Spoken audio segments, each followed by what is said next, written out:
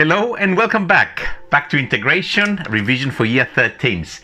I'm not quite sure if it's lecture 7 or 8, but the last time, it's been a while since I've done a revision lecture. We left it at number 81, so I'm going to go to 82 onwards.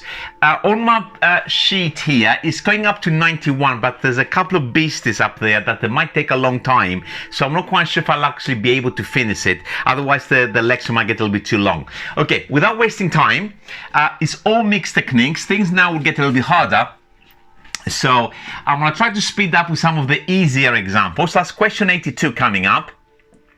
The integral of 6 over x squared minus 2x minus 8 dx. What technique for something like that? Clearly not bottom differentiation to top. It's a quadratic at this particular denominator. Factorizing and possibly partial fractions sounds like a good thing to be doing here. So I'm going to factorize it. It looks like it factorizes. X 4 times 2. 1 plus and 1 minus. The plus is on the 2 and a 6 on the top, dx. Normally I'll be doing workings for the partial fractions. Please, on your exam, do full workings, because there'll be a couple of marks at least for the partial fractions. I'm going to actually do it here in my head, or if you want back cover up, for those who have seen cover up. So dx, so this is 6 over 6 is 1, so that's a 1 there, and if I put -2, -6 minus 1 there, so just checking very quickly that it does work. X minus x cancels, positive 4 plus 2, so that's the correct breakup for this particular one. So this will of course integrate to, I'm going to do this one first because it's positive, the log of mod x minus 4. And let me move that piece of paper a little bit higher so I can write the answer. Minus the log of x plus 2, sorry if I'm in the way, plus c, which of course you can write it compactly as a single log, the log of x minus 4 over x plus 2 plus c.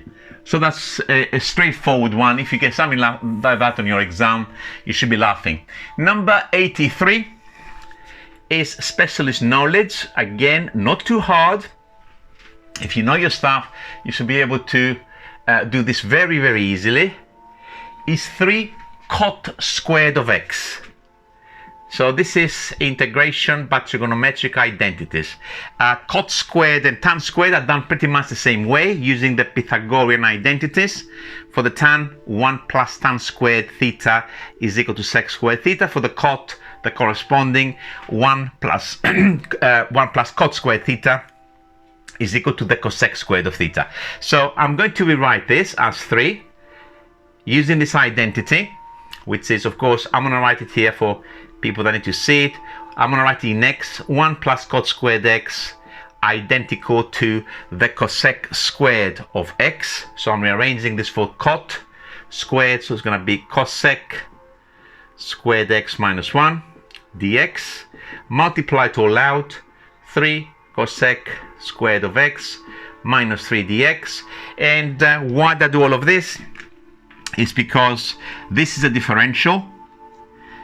If I differentiate a cot of x, the answer is, this in the formula booklet, the answer is minus cosec squared x.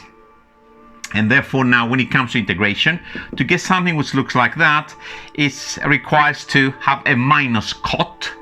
So it's going to be a minus, of course it's going to be a 3, minus 3 cot of x, that will differentiate to exactly that. And of course minus 3x plus c. Okay, and that's question 83 done. 84 now is a beast. I don't know if you can see on from that far, not the answer of course.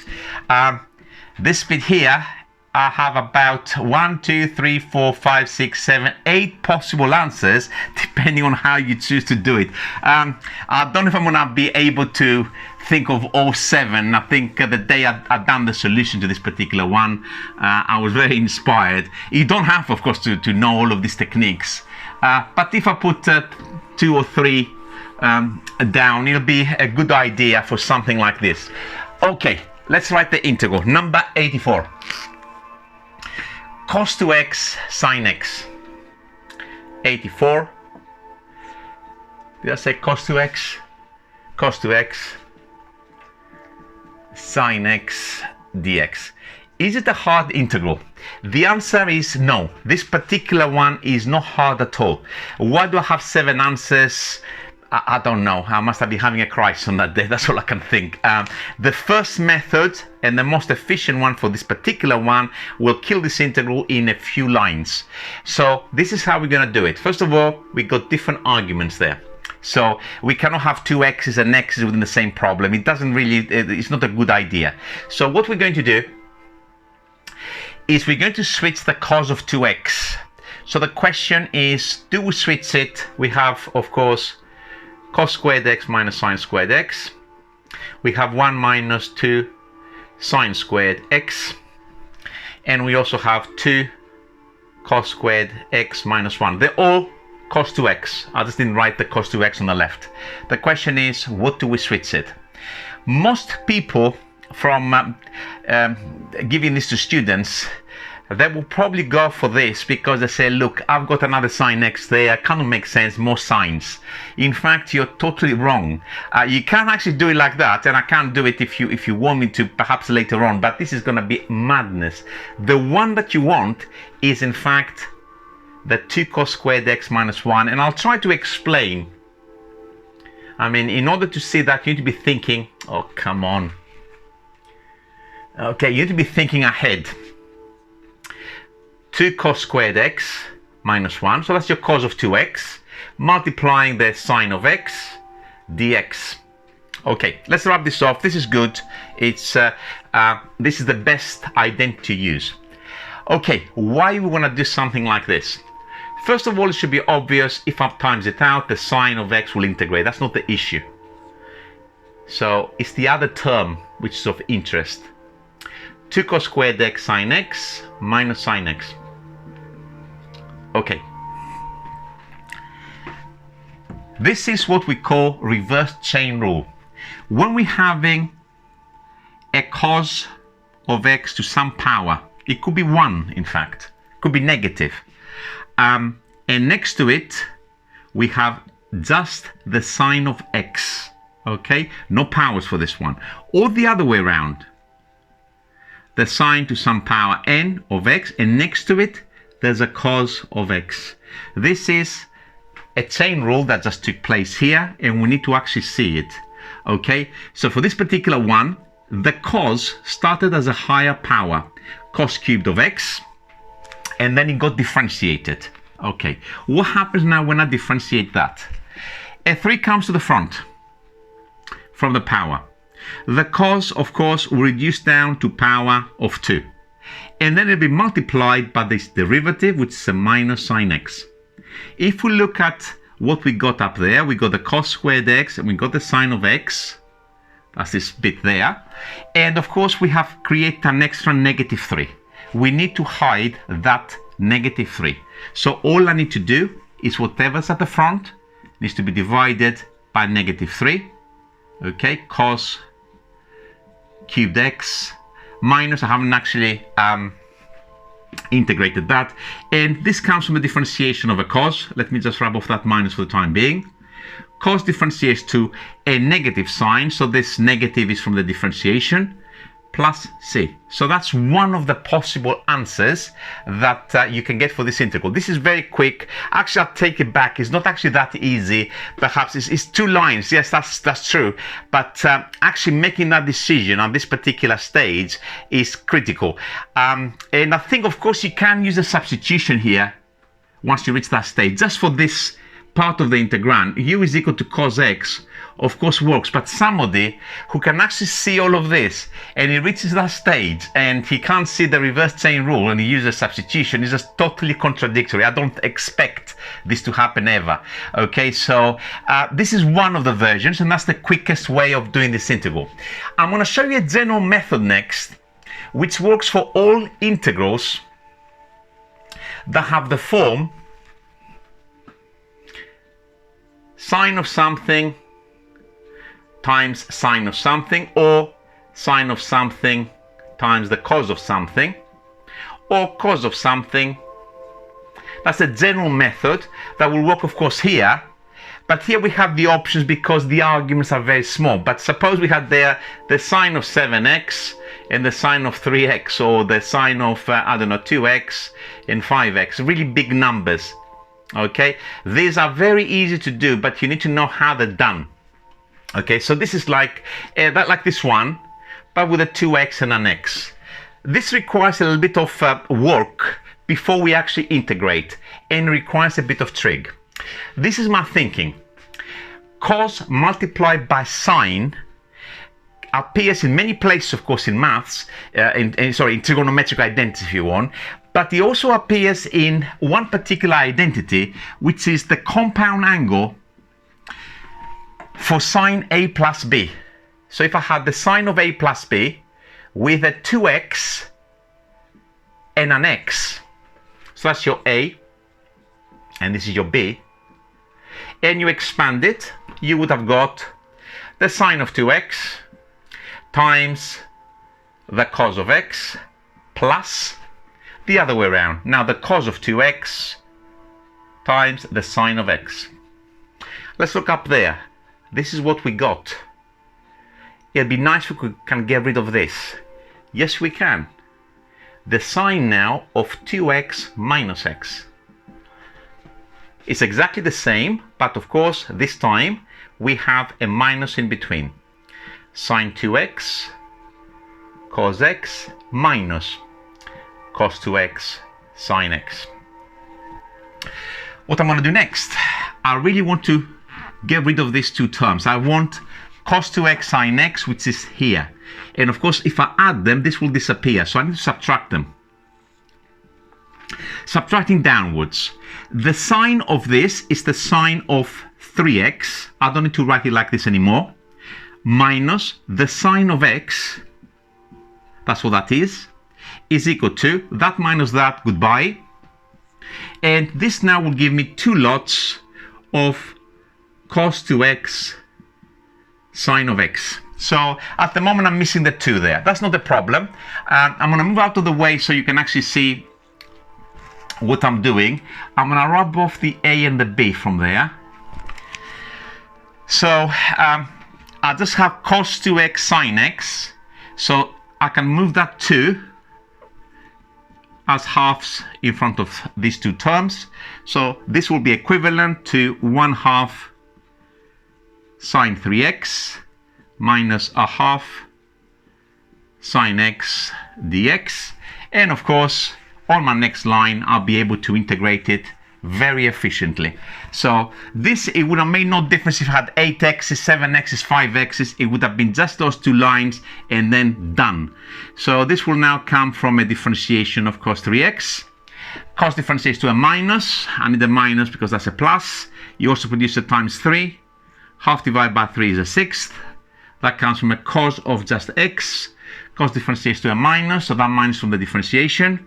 You produce nothing else, so a half in front of it plus c. So this is a second way of doing this, okay? Is there a third way of doing this particular one? Let me just do what comes to my head. You know, earlier on I saw that some of you might have switched this one, the cos of 2x, for 1 minus 2 sine squared x. It's not a good idea, but I think it will work, but it must be very, very good. And if you're that good, probably would have seen what's the best identity to use in the first place, and you won't be doing silly things like that. But let's try it. It's all good, it's all practice. It's all like a cat and mouse game. Integration is like, for this particular question, is almost like try to see how many different ways we can score a goal kind of thing. So 2 sine squared x, that's the cos of 2x there, times the sine of x dx. Okay, what I'm going to do now, I'm going to multiply the bracket. There's nothing else to do but to multiply the bracket. So this is going to give me a sine x, which I can integrate anytime I want. And then I got 2 sine cubed x dx.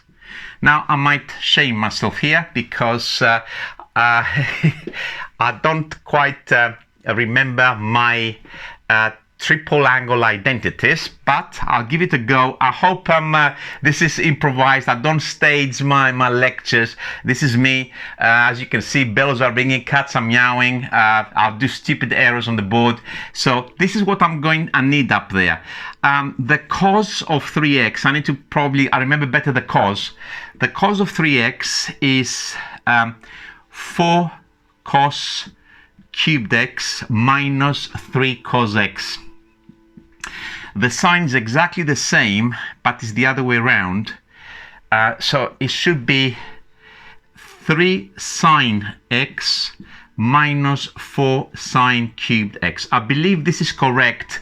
If it's not correct, please correct it in your lecture. Go and find out what the identity is. So I'm doing purely from memory. It will take me too long to actually prove the validity of this. I think this line is fine. And what I'm going to do, if you look at what I've got up there, I'm going to switch the sine cubed for sine 3x and sine x. So I'm working here still. 4 sine cubed x on the left is equal to 3 sine x minus the sine of 3x. And since I got it as a 2, it might be a good idea to half it, so I have it ready to go in. So 2 sine cubed x is equal to 3 over 2 sine x minus a half sine 3x.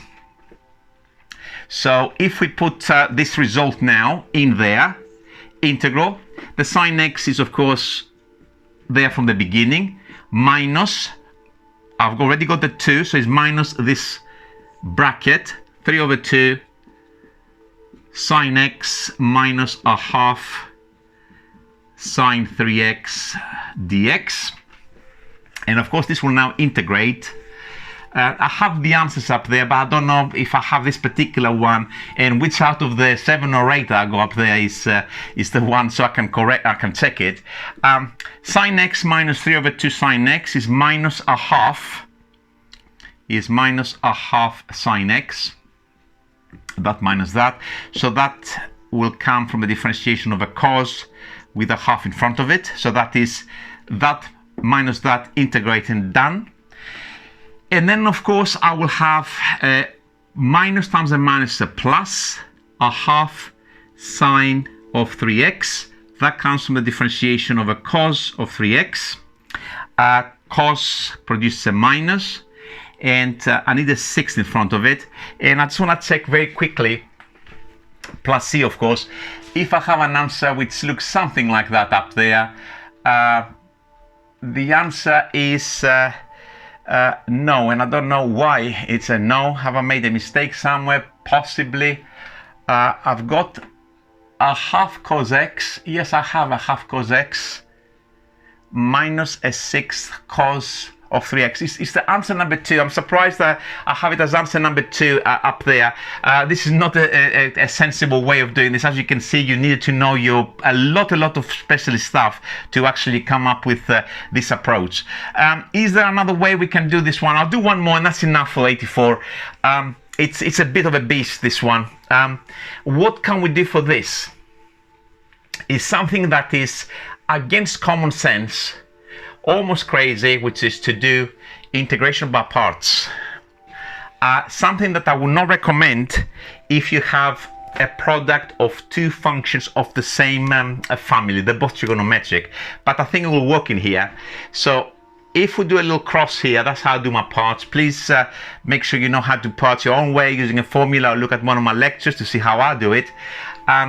Does it matter which one we put where? I don't think it does. So we're going to put I'm going to put the cos of 2x here and the sine of x on the bottom as sine x. This will differentiate to minus 2 sine of 2x, and the sine will come from differentiating a cos but with a minus at the front. So the answer to this one is the product of this column. So minus cos x cos 2x minus the integral of this diagonal, the product of this diagonal. So that's going to give me a plus first of all, plus 2, and then I have a sine of 2x inside there and a cos of x dx. Okay, it appears, if you look at this carefully, that I made no progress. I've got something similar looking, but that is, I mean, if I can't do that, I can't do that. So what am I doing? Am I getting anywhere? The idea is actually to do it again. And which one do we differentiate and which one we integrate? We done on the first one, the 2x, the one that had argument 2x. I'm going to differentiate again the part that has the 2x in it. So 2 sine of 2x differentiates to 4 cos of 2x. And the cos of x I'm going to put on the bottom right. So that comes from the differentiation of a sine of x. Sine differentiates to a cos. So now, what have I got so far? Minus, this is, I'm just writing it again, cos x, cos 2x, minus square bracket, because now all of this will come from the second grid that I've got up there. The product of those two terms, 2 sine x sine 2x, product of that, minus the integral of the product of this diagonal, and that is now minus 4 cos 2x sine x dx. Now we need to be patient and take our time and tidy this up.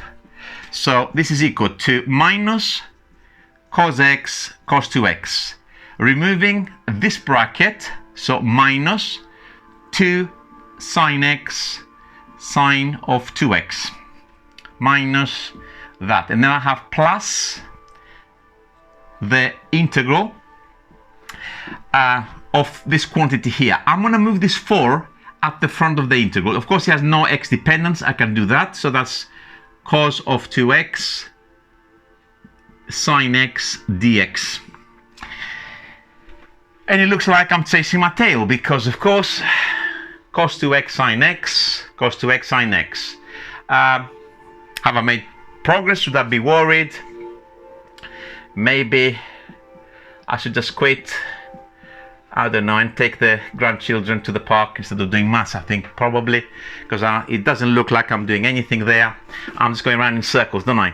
So let's look at this very last line that I've just written in there. All I've done is I wrote this integral again here, because of course that is the same as that.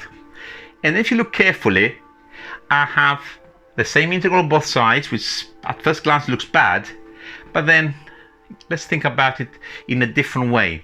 I got 4 lots of the integral that I'm trying to find, subtract 1 lot of the integral that I'm trying to find to this side, so I have 3 lots of the integral of cos 2x sine x dx. And I'm going to move those two terms, which are integrated, to the right. They'll become positive. So cos x cos of 2x plus 2 sine x sine 2x. I hope I'm not making any mistakes. It's very easy to miscopy. Loads of sines, causes, 2's. And then lastly, all I need to do is to divide. I'm going to write it left to right. So the integral in question is going to be, divide that 3 on to the both sides of the equation.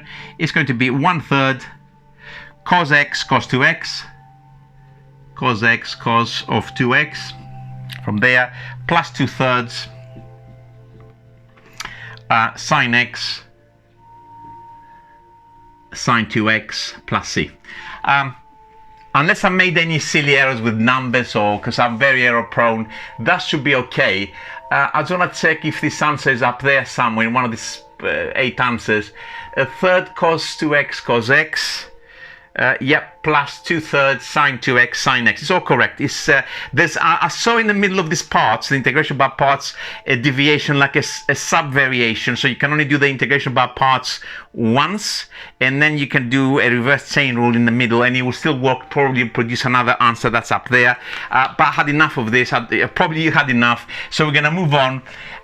It is a tough integral, as I said. I did say in the beginning, incorrectly, in fact, I'm correcting myself. It's not that bad if you do it with the very first method that I showed you. But that is, although it's 2 lines, it is actually very, very difficult to see. So that's actually a true beast. Number 84, probably the hardest we've seen so far in up to now. And the 85 is the second one, which is also fairly tough. I'm going to say something about this particular one. This has come up in an exam, but in an exam, this was split into 3 parts. The whole question. The first part, I remember it had partial fractions. You just have to do some partial fractions. The second one was saying, the second part, use the substitution, blah, blah, blah, to do this integral and get it to that form. And then the third part was hence do this integral. So you would have got a lot of the results needed for that along the way, because this now is where do we start? I mean, what's our starting point? Okay. Me personally, when I look at this, sometimes being at a higher level, you might be thinking too complicated. I probably would have actually done a tan substitution in there. That's my gut feeling. I would have put x is equal to 2 tan theta, or maybe go hyperbolic and say, that's further maths, guys, by the way, x is equal to 2 sine of theta. But in fact, this particular one works with the simple substitution, but the substitution is u is your entire numerator, including the square root. Just putting u is equal to x squared plus 4 does not work in this particular question. Okay, so I'm going to do the substitution. In the exam, as I just mentioned, this substitution was given. So u is the positive square root of x squared plus 4. With square root substitutions, you're strongly advised to square it before you differentiate. After that, we use implicit differentiation. If you haven't seen that in your exam, or if you have forgotten, please revise it, because you're going to need it here. Differentiating the whole equation with respect to x, 2u du by dx. That's the term on the left. And of course, the rest you differentiate per normal. That's a 2x, the 4 will disappear. We can cancel this a factor of 2. U du on the left is x dx on the right. And remember, what we're after is the dx by itself. U over x du. There's no limits to change. If I need more stuff, I'll come back here. So let's transform the integral. The numerator was called u, the whole thing. The x, for the time being, let's leave him there to see what's going to happen. And the dx is now this. So u over x du. My intention, of course, is to change everything into u's. So I've got u squared over x squared du. And I need to get rid of this x squared, no problem. I'm going to go to this line here. So quite clearly, x squared is equal to u squared minus 4. Let's put it in. U squared on the top, and the denominator is u squared minus 4 du. So this is that was the part B of this particular exam question that I just mentioned. The part A was some kind of partial fractions. I'll tell you when it comes to it what partial fractions you have to do. And the part B was show that this substitution here transforms this integral into this integral. And then you would have done the partial fractions from the beginning, and you would have been able to just switch it practically to the answer. The partial fractions that they asked you to do in the beginning was to actually, I'm going to write them here. That was the part A. I'm not quite going to do it like this now, because I've got the freedom to do as I please. you had to prove part A, that this is equal to A plus B over U plus 2 plus C over U minus 2. So you said, show that this can be written like that, stating the value of A, B, and C. So when you would have reached that stage after your substitution, you would have changed it to something like, I don't know, 1 plus 1 over U plus 2 plus 1 over U minus 2 or something like that, and then it's just simple logs. But of course, at the moment, we're working with this, so we cannot really, nobody's giving us any clues, we are free. And this, of course, it is partial fractions, but this is improper. The power of the numerator, it's exactly the same. It would have been the same of, not the same, it would have had the same problem if it was larger or greater, shall I say. But even being the same, we have extra bits in there. So the way I will do that is with the manipulation. U squared minus 4 plus 4 over U squared minus 4 du. Now I'm going to split the fraction. This bracket divided by this bracket will give me 1. And then I go plus 4 over this bracket. But this bracket, of course, I can write it in factorized form now. It's a difference of squares. U minus 2, U plus 2, du. Partial fractions, of course, you will do in your own time with some side workings or whatever. I'm going to do it in my head as I've done a previous example today. So this is a U minus 2. These are fairly straightforward partial fractions. If you've been doing a lot of work in maths, you can actually see what the numbers are for something like this. I'm writing from back memory more than anything, this type of setup. I just want to check if that works. We got a U minus U cancel, and we got 2 there, minus 2 is correct. So if you do your partial fractions, they're all ones, or shall I say minus 1 for this one, du. And then, of course, everything integrates. Remember, with respect to u, this will produce a u plus the log of u minus 2 minus the log of u plus 2 plus c. And I'm going to write the answer compactly, put the two logs together, and at the same time go back into x's. So my u is the square root of x squared plus 4 from up there. Then the log, of course, is going to be the log of u minus 2 over u plus 2, where u is that. So very, very disgusting. Minus 2 over the same square root. Sorry, I'm writing a little bit low and I can barely write correctly myself. It's very, very bad handwriting there. Plus 2 plus c. I hope I haven't made any stupid errors there, but this is the answer. I did say this from an exam, but you won't get anything like that in an exam and just get on with it. You will be given quite a lot of guidance. I mean, the partial fractions that I showed you, it's just very, very simple.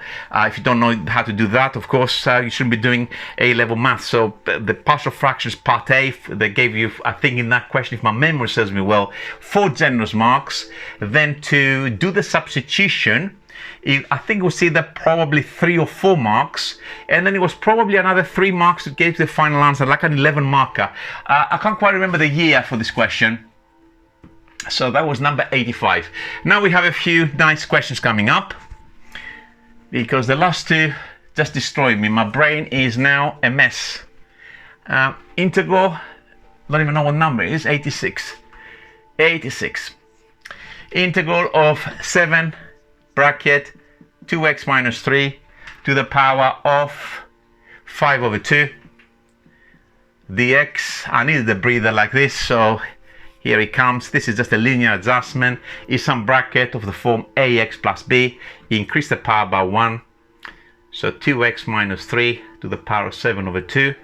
We're differentiating it to adjust the number at the front. 7 over 2 times 2 is 7. So 7 divided by 7 is 1. So in fact, this is our answer. 86 is now done. 87 is also fairly straightforward. It looks complicated, but it's actually very simple. 4 minus x cubed dx the first thing you should be thinking when you're having a fraction in the integral, the integrand is a fraction, is does the bottom differentiate to the top? The bottom differentiates, that's gone, minus 3x squared. It's the x squared we care.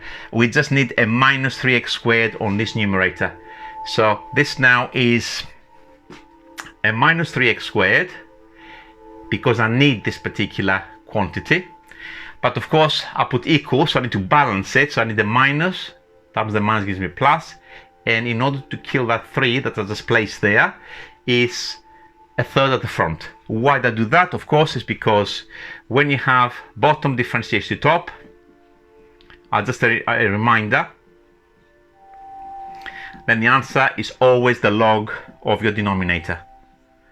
So here it wasn't quite ready, but it just needed a bit of adjusting with the numbers, so it wasn't too difficult. So it's minus a third log of this, log of 4 minus x cubed plus c, and the question is done. So we managed to do 2 questions in 2 minutes.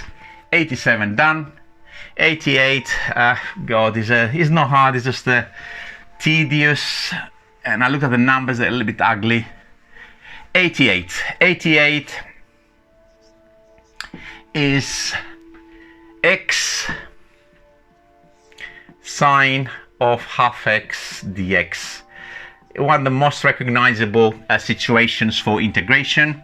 By the time you exam standard, this is of course integration by parts. We have a product, and in the product we got different mathematical families. So the way we do this, we do a little grid, or use your formula, your du's, the v's, the d's, whatever you call them.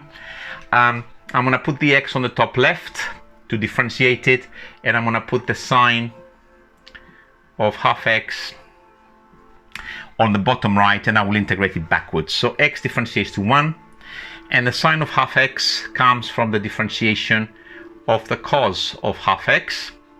Cos differentiates to a minus, so I need the minus to switch into a plus. And you also produce it times half, so I need the 2 to make it work now, 1 divided by half. So the answer is always the product of these 2 terms.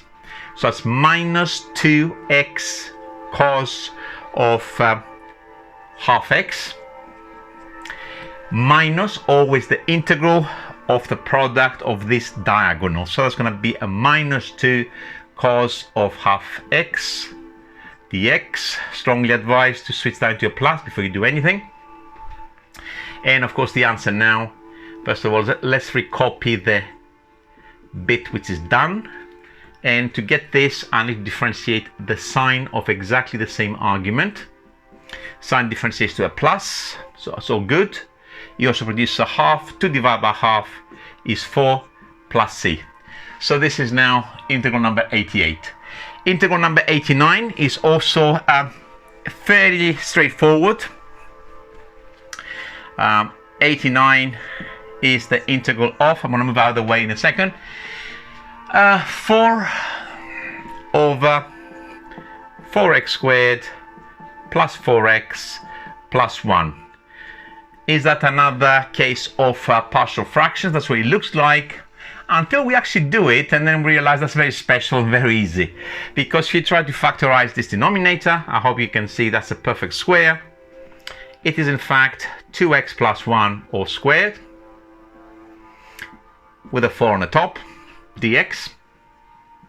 Is this a log? Absolutely not, because we've got a square.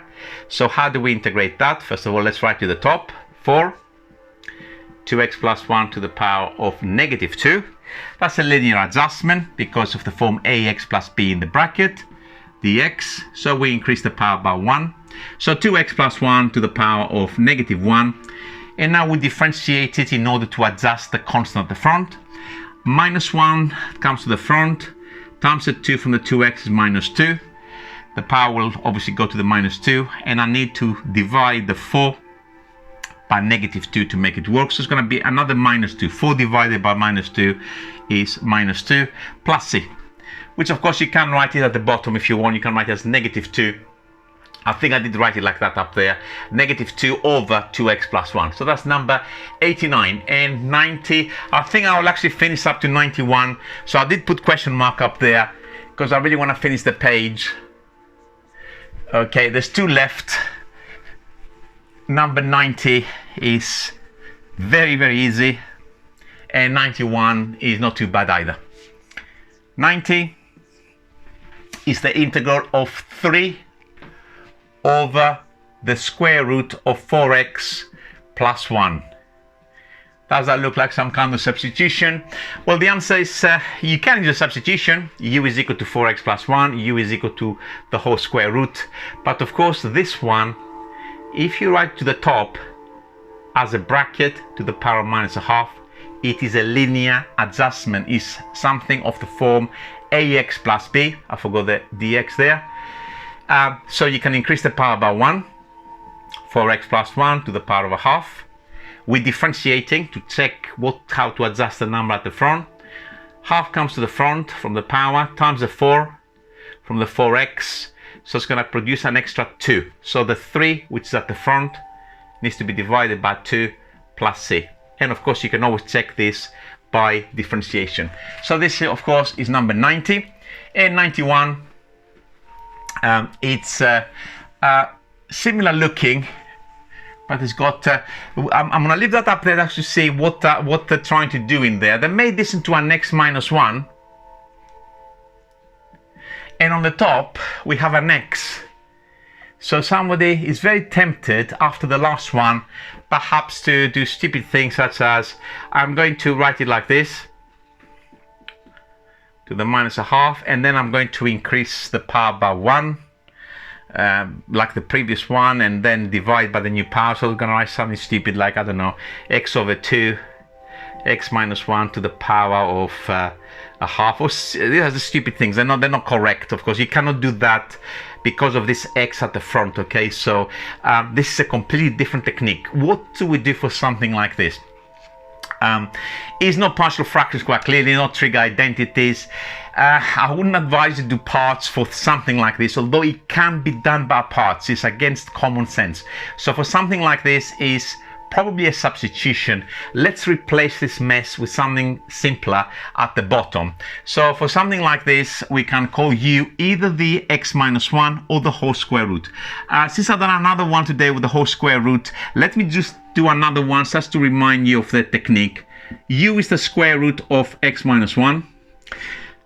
Please square before you differentiate. U squared is equal to x minus 1.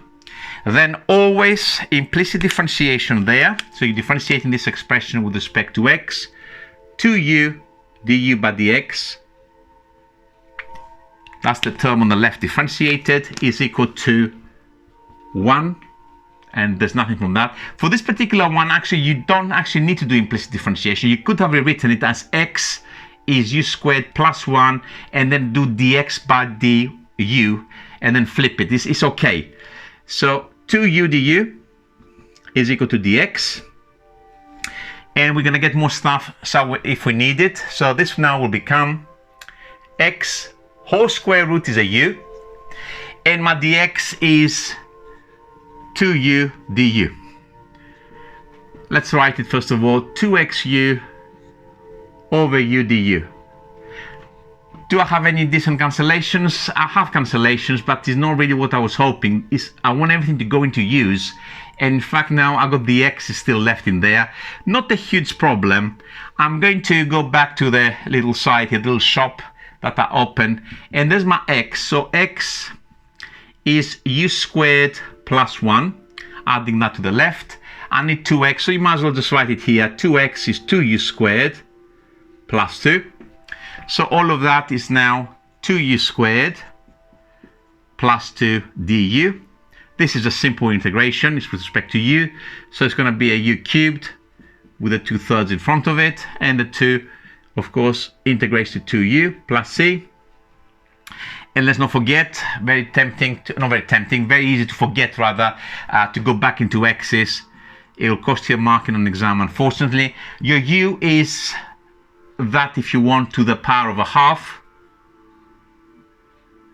Okay, so when we raise to the power of 3, it's going to be x minus 1 to the power of 3 over 2 plus 2 lots of x minus 1 to the power of a half plus c. So that is integral number 91, which completes the set. I just want to show for people that require a little bit of enrichment, I have actually shown a few times how to do substitution without substitution, not for the obvious that can be reversed in the chain rule kind of sense, but with something as ugly as that, it's not actually that bad. You can actually kind of manipulate it and balance it. So if you look at this, you could, of course, because you got at the bottom x minus 1 to the power of a half, essentially, you can create the same thing on the top, minus 1 plus 1 dx, then split your fraction.